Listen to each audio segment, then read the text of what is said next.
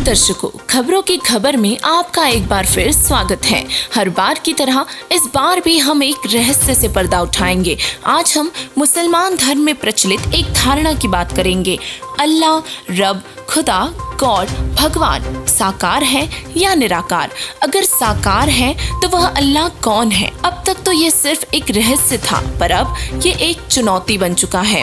अल्लाह को निराकार मानने वालों का कहना है कि अल्लाह को साकार बताने वाले काफिर हैं। पर हैरानी की बात तो ये है कि इस्लाम धर्म के व्यक्ति अल्लाह के दीदार के लिए नमाज पढ़ना, रोजा रखना, कुरान शरीफ की आयतों का अध्ययन करना आदि आदि क्रियाएं करते हैं, पर अल्लाह को बेचून बताते हैं। तो अब विचार करने वाली बात यह है कि बेचून का दीदार कैसे होगा? भगवान की मूर्ति सामने रखकर पूजा करने वाले भी भगवान को निराकार कहे तो अचरज होना लाजमी है। ऐसे में इस पहेली को सुलझाना कोई मामूली काम नहीं था, पर हमारी इस रिसर्च ने यह साबित कर दिया कि अल्लाह, भगवान, रब, खुदा सब एक ही परमेश्वर की ओर संकेत करते हैं। पर वह अल्लाह कौन है और कैसा है? क्या वह साकार है या निराकार है? जानने के लिए बने रहे हमारे साथ। तो आइए शुरुआत करते हैं हमारी पड़ताल की और जानते हैं सच्चाई क्या है। दर्शकों, वैसे तो विज्ञानी युग में आज कोई परमेश्वर अल्लाह का नाम लेता है तो अचरज की बात होती है। हिंदू धर्म में 33 करोड़ देवी देवताओं की पूजा होती है, लेकिन किसी से पूछा जाए कि भगवान कैसा है तो कहते हैं कि भगवान निराकार है। अब इनसे कोई पूछे कि सामने जो देवी देवताओं की मूर्ति लगी है जिनकी आप रोज पूजा करते हो, फिर वो क्या है? उसे आप भगवान कहते हो और निराकार भी मानते हो। इस अज्ञान में आज तक पूरा हिंदू समाज जी रहा है और इसी तरह सिख धर्म के लोग भी भगवान को निराकार मानते हैं। तो वही ईसाई धर्म में श्रद्धालु जीसस को गॉड मानकर पूजते हैं। हालांकि जीसस भगवान नहीं है, पर फिर भी अगर हम इनकी बात को आगे रखें तो यह प्रश्न उठना लाजमी है कि गॉड फॉर्मलेस कैसे है? इस्लाम धर्म में एक तरफ तो कहते हैं कि अल्लाह बेचून है, तो वहीं दूसरी तरफ कहते हैं कि नबी मोहम्मद जी को अल्लाह मिले थे। यदि मिले थे तो वह अल्लाह बेचून कैसे हुआ? मिलने वाला तो साकार व्यक्ति ही हो सकता है, भला निराकार व्यक्ति कैसे किसी को मिल सकता है? अब मुसलमान भाई कहते हैं कि अल्लाह निराकार है, वह बेचून है। इसका मुख्य कारण वर्तमान में हिंदू, मुसलमान या अन्य धर्मों में होने वाली गलत भक्ति साधना। नबी मोहम्मद जी को अल्लाह ने दीदार दिया था, ऐसे ही न जाने कितने ही इस्लाम धर्म के अल्लाह के प्यारे बंदों को अल्लाह ने दीदार दिया और यह प्रमाणित भी है। उनकी भक्ति साधना, इबादत बाकी मुसलमान समाज से अलग थी, जिस कारण उन्हें अल्लाह का दीदार हुआ था। आज हम आपको ऐसे ही महापुरुषों के बारे में बताएंगे जिन्हें अल्लाह साकार रूप में मिला तथा अपना ज्ञान बताकर अपना भेद भी बताकर गए। तो सबसे पहले हम बात करेंगे मुसलमान धर्म के प्रवर्तक नबी मोहम्मद जी की। मोहम्मद जी को अल्लाह ताला एक जिंदा महात्मा के रूप में मिले थे तथा उनको अपना ज्ञान बताया और जिस लोक में वो खुदा रहता है वह लोक भी दिखाया और फिर वापस नीचे पृथ्वी लोक पर छोड़ा। उस समय मृत लोक पर मोहम्मद जी के लाखों अनुयायी हो चुके थे, जिस कारण उनसे यहाँ की महिमा त्यागी नहीं गई और उन्होंने वहाँ उस लोक यानी सतलोक में रहने की इच्छा जाहिर नहीं की। उस अल्लाह ने, जिसे अल खिद्र भी कहते हैं, उस पुण्य आत्मा को अपना भेद बता दिया था, परंतु महिमावश होकर मोहम्मद जी ने उनकी कुछ शर्तें मानी, पर बाकी साधना मुसलमान धर्म वाली ही की, जिस कारण वो पुण्य आत्मा मोक्ष प्राप्त नहीं कर पाई। उस महापुरुष ने कभी मांस नहीं खाया। मुसलमान धर्म में जन्मे शेख फरीद जी को भी अल्लाह का दीदार हुआ था। उनके गुरु पीर द्वारा बताए अनुसार वो अपने शरीर को अधिक पीड़ा देकर अल्लाह का दीदार करना चाहते थे।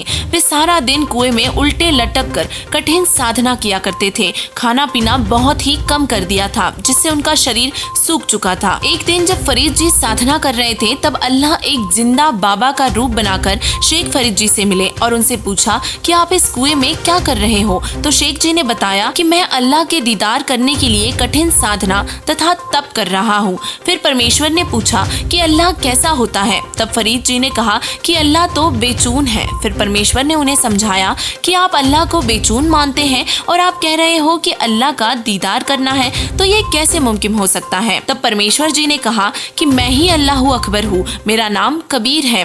शेख फरीद जी ने परमेश्वर को अल्लाह का रसूल जानकर उनकी बात मान ली और हठयोग त्याग कर सही साधना की। फिर उन्हें यकीन हो गया कि यही अल्लाह है, जिसका फलस्वरूप उनका मोक्ष हुआ। दिल्ली के सम्राट बादशाह सिकंदर लोधी परमेश्वर कबीर जी के समकालीन थे।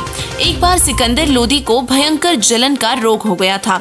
हर तरफ से वैद्य हकीमों को बुलवाया गया पर इलाज नहीं हो पाया। तब किसी के कहने पर बादशाह सिकंदर लोधी कबीर साहिब जी के दर्शन करने काशी में गए और अल्लाह कबीर जी के आशीर्वाद मात्र से उनका जलन का रोग ठीक हो गया। उसी दिन सिकंदर लोधी ने गुस्से में आकर स्वामी रामानंद जी की गर्दन काट दी थी और सिकंदर के सामने ही कबीर साहिब जी ने रामानंद जी की कटी हुई गर्दन वापस जोड़कर उन्हें पुनः जीवित कर दिया। तब सिकंदर लोधी को यकीन हुआ कि यह कबीर साधारण इंसान नहीं, यह तो खुदा अल्लाह है। और उसी समय उन्होंने कबीर साहिब जी से नाम दीक्षा ली और उनके बताए अनुसार साधना करने लगे।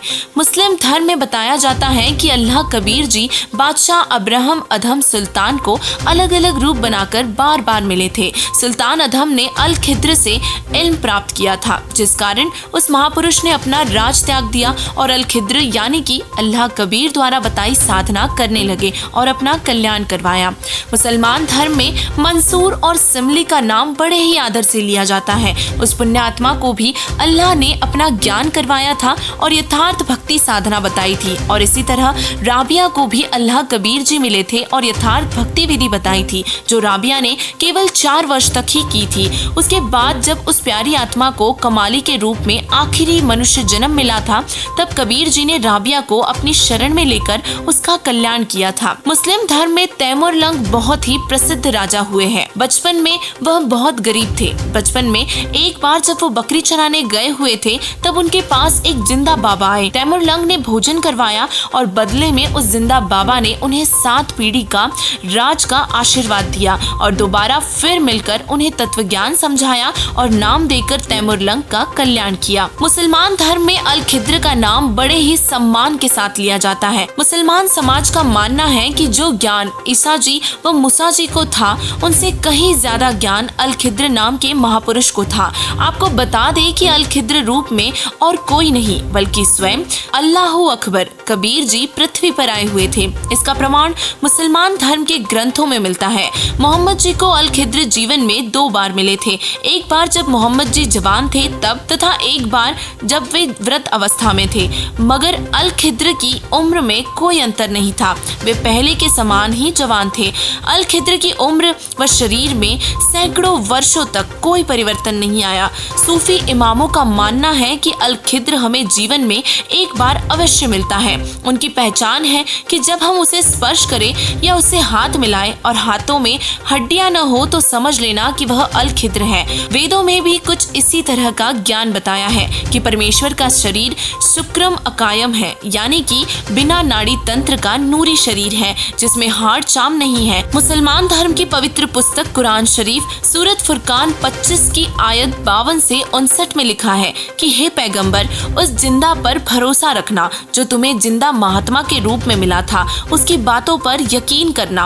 वह अल्लाह अकबर अल्लाह कबीर है, उसकी इबादत करो। और जो उस अल्लाह कबीर को नहीं मानता वो काफिर है। तुम काफिर लोगों का कहा न मानना और अल्लाह कबीर के लिए संघर्ष करना, यानी दूसरों की बातों में मत आना। इबादत कबीरा, अल्लाह कबीर की इबादत करो। इन सभी तथ्यों से साबित होता है कि जो धारणा मुसलमान समाज में है कि अल्लाह बेचून है, वो गलत है।